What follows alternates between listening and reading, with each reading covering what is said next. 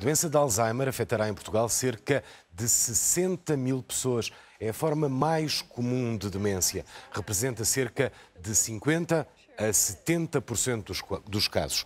Até ao momento,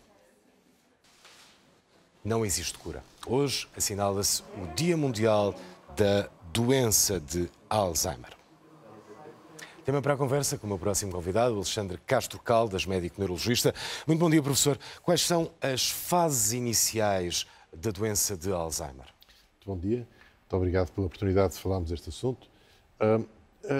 Geralmente, as fases iniciais são pequenas queixas relacionadas com memória, pequenas falhas que as pessoas vão sentindo e que muitas vezes o próprio não tem consciência disso. E são os familiares ou as pessoas que estão próximas que se apercebem. Isso pode ser confundido com outras doenças? Vamos lá ver. Eu acho que, do ponto de vista da informação pública, não vale muito a pena estarmos a distinguir as várias formas de demência. O que interessa é que há demências que são muito mais do que as 60 mil, provavelmente. Até porque nós temos que pensar que esta doença não deve ser discutida à volta da pessoa, mas deve ser discutida à volta do agregado onde essa pessoa está. O agregado quer familiar, quer social, porque todo esse início complicado, em que a pessoa começa a ter algumas falhas, os familiares estão à volta, começam a dizer o que é que se passará com esta pessoa. Vou-lhe dizer alguma coisa ou não lhe vou dizer nada. Quando se vai dizer alguma coisa, a pessoa diz, não, eu estou perfeitamente, não tenho nada. E, portanto, nega os seus sintomas. Cria-se aqui uma zona muito complicada e que, nesta fase, a ajuda é fundamental. Que tipo de ajuda? A ajuda é que, primeiro, explicar exatamente o que é que está a acontecer. Portanto, aqui tem que haver equipas, quer de neuropsicólogos, quer de médicos, que sejam capazes de ajudar os familiares a perceber o que é que se passa com aquela pessoa. E depois há um momento crítico, que é o momento médico, para dizer exatamente que doença é que se trata.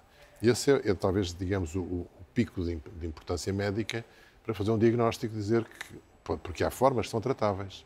E, portanto, é urgente que as pessoas percebam. Mas mais do que a medicação, é preciso todo esse apoio de que fala. Isso são as fases seguintes, depois e como é que Portugal está em relação a isso, a esse tipo de apoios? Eu acho que estamos um bocadinho atrasados, e porque esta dificuldade de lidar com esta questão implica a organização de uma saúde de proximidade, eu diria quase de bairro. Precisamos dentro dos bairros, eu acho que as juntas de freguesia aqui têm que ter um papel fundamental para organizar um sítio onde os seus familiares podem deixar o doente durante umas horas para fazer a sua vida, depois podem passar por lá para o visitar outra vez, e haver dentro desses pequenos centros, desses núcleos, a estimulação necessária, uma estimulação ecológica. Não é a ideia de pôr as pessoas a fazer palavras cruzadas e tudo ao custo, não resolve. Isso não acontece, esse tipo de apoio não existe. Há muito poucas coisas dessas.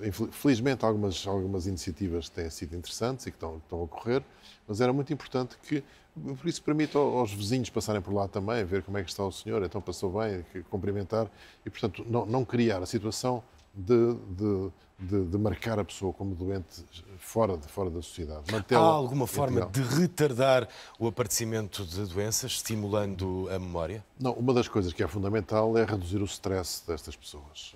E isso é a tal informação que se tem que dar aos familiares, que é, os familiares tendem a pôr a pessoa em stress sem querer, com boa intenção, que é corrigindo-a, dizendo não está a fazer mal, e a pessoa sente-se muito insegura, isso aumenta-lhe muito o stress.